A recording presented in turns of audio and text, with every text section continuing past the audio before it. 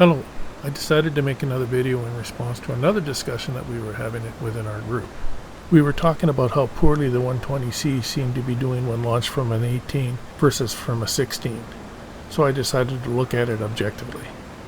My analysis was conducted on 3 airframes, the F-15, the F-16, and the FA-18. Testing setup would be as follows. Both aircraft would be nose hot at 25,000 feet. My aircraft would be at 0.9 Mach. Aircraft I spawn in would be at 0.85 Mach, but allowed to do whatever it wants. It would be prohibited from using jamming because that's just another RNG roll. Once in the aircraft, I would stabilize my flight and set active pause. I'm using active pause because I don't want any maneuvering on my part to affect what the target aircraft is doing. So with this setup, we're only testing what the 120C is doing and minimizing other factors. The F-15 was my starting aircraft. Get it nearer at my test parameters and set active pause. Spawn in an aircraft.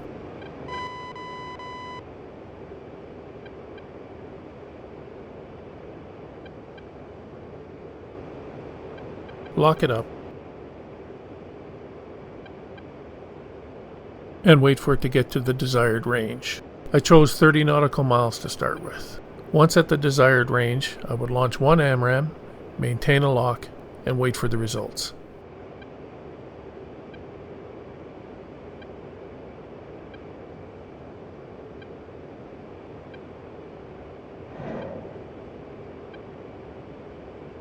I repeated this procedure a total of 10 times at each range.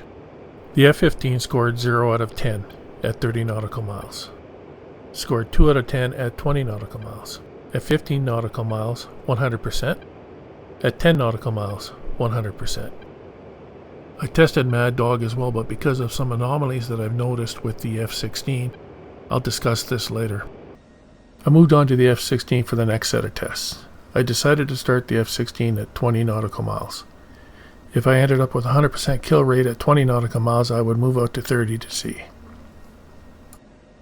The kill rate for the F-16 was 4 out of 10, or 40%.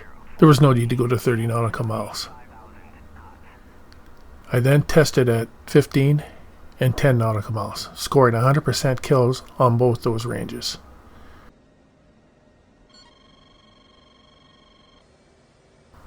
Finally, I moved to the F-18, starting again at 20 nautical miles and scored 3 out of 10.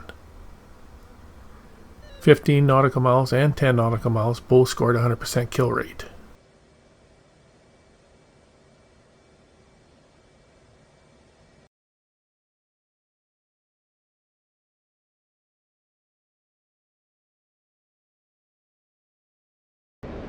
All MADDOG testing was done at 15 nautical miles.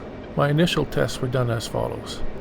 I would lock up the aircraft, wait for it to get close to 15 nautical miles, drop the lock or turn off the radar, wait a couple of seconds, then fire.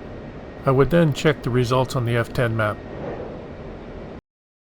The results were as follows. The F-15 scored 1 out of 10, the F-16 scored 9 out of 10, and the F-18 scored 8 out of 10. What a huge disparity. Not too sure what was going on, but I did notice one thing. The F-16 took a long time to drop the lock if the radar was put on silent or quiet.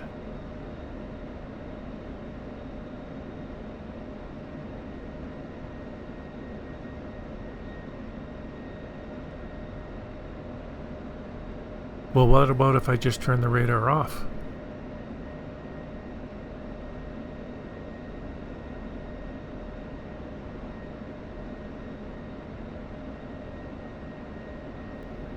Well, that's insane. That took 40 seconds. Then I got to thinking, maybe active pause is causing this, so I went back into the simulator and tried it with active pause off.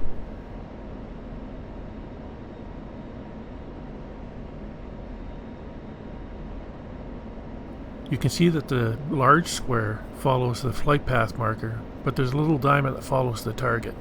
So is it really off?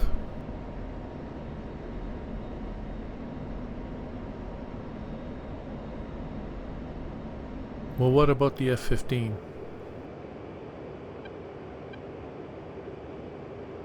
Or the F-18? You can see that the F-18, when put to standby, maintains some sort of soft lock for a short period of time.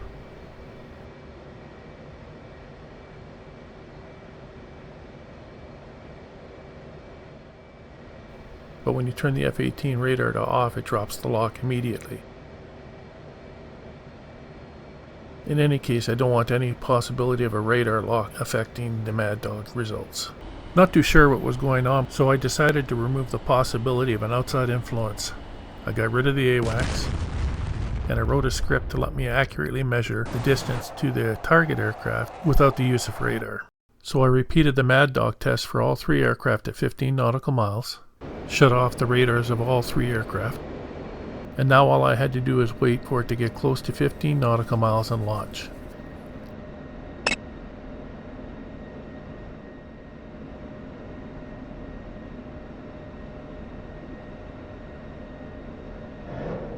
Again, checking the results on the F-10 map. This time the results were as follows.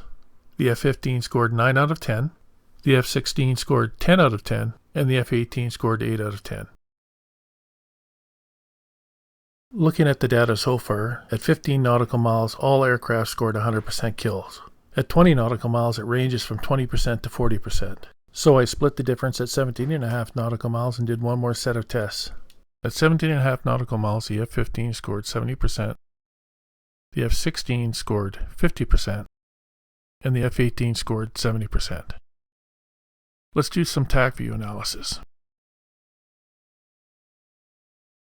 Because I was using active pause, I did make sure that in TacView that my aircraft speed was being added to the missile speed, and it is confirmed that it does.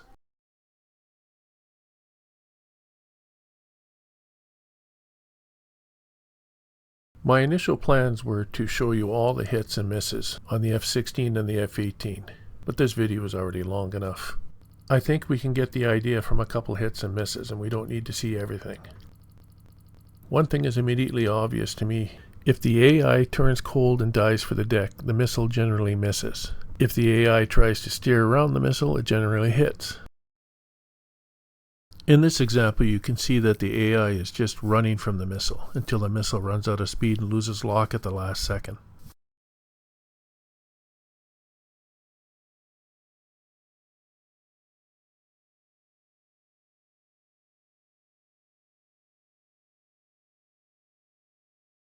Same thing for this example. The AI immediately turns cold and flies immediately to the deck until the missile loses tracking.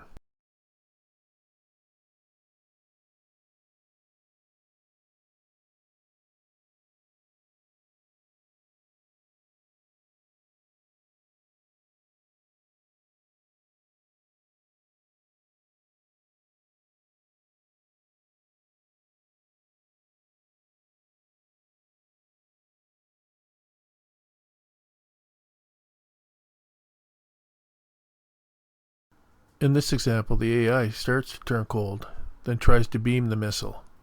By the time it tries to turn cold, it's too late.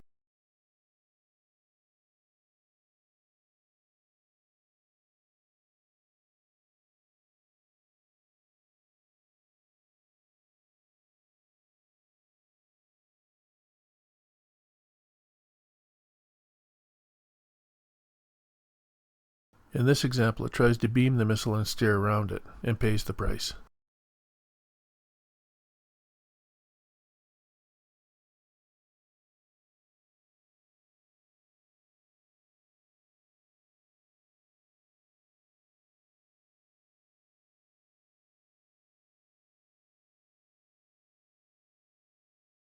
So with all the testing I've done, it's my personal opinion that there is no bias towards any one airframe. The kill rates depend more on when and how the AI reacts versus how the 120 behaves.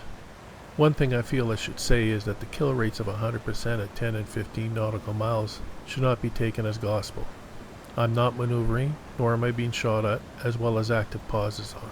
It's a very specific set of circumstances. Thanks for watching.